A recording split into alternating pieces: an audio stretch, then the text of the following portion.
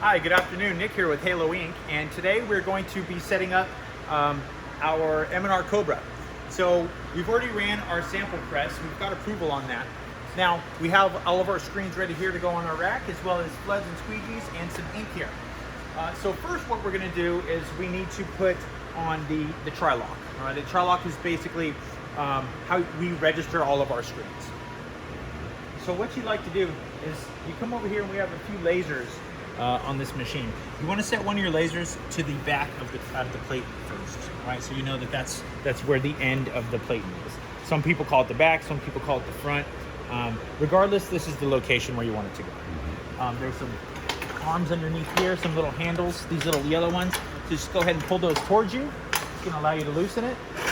Slide that off there. And just below here is our tri-lock. So what you want to do is you want to position yourself in, just guide it in until it stops. Okay? Go ahead and just lock those in, and you're ready to go around tri-lock. So what you're going to want to do here is you want to just press the green button until you're ready to spin, and try to refrain from pushing on the tri-lock itself when going over to a head. It could potentially bring it out of registration and kind of mess your print up a little bit. So we're going to go ahead and just slide over here to head number 1. If you look here on the front of our screens, we have each of these numbers here. So we've already dedicated heads to these so we know where they're going to load. So we're just going to go ahead and grab one here.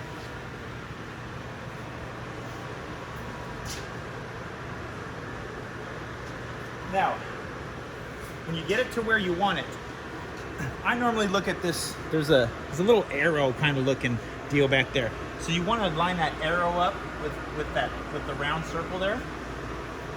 And then as soon as I get to that point, you want to hit this button. That's going to lock it into place. All right, so now it's not free spin anymore. Okay, we're going to load our screen to that groove there. Just going to set it down for a second. Pull this pin. It's going to allow you to bring the arm down. Just gently lift the screen up into it. That locks the screen in, the arms into place. The screen can still move, but it locks the arms into place. All right, so we're going to tri-lock this now. So what we're going to do is we're going to press the button right here. Press it one time. That's going to lower your screen. Pull it down and to the left until you feel it lock into place. And then you're going to come up here to this and just go ahead and hit those. All right, that's going to lock it into place. Press it one more time. That raises it back up.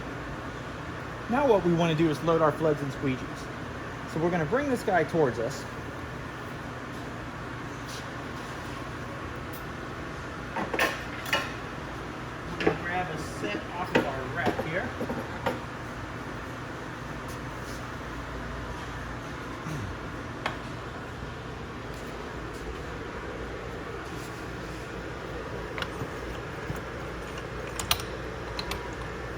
Now, I normally like to keep this about a finger's distance apart on either side, front and back. So we'll get this back one in as well.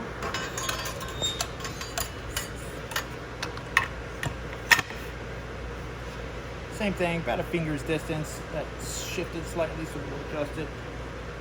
All right. And once we feel we have them in a good spot, we're going to come up here. Lock those both into place. This is our squeegee and flood lock and unlock. If you forget about it, you can go ahead and take a look up there on our wall. We have basically the control panel. It's labeled and it'll tell you everything you need to know. All right, so I'm going to want to move on to the next screen here. Let's see, we're going to 2.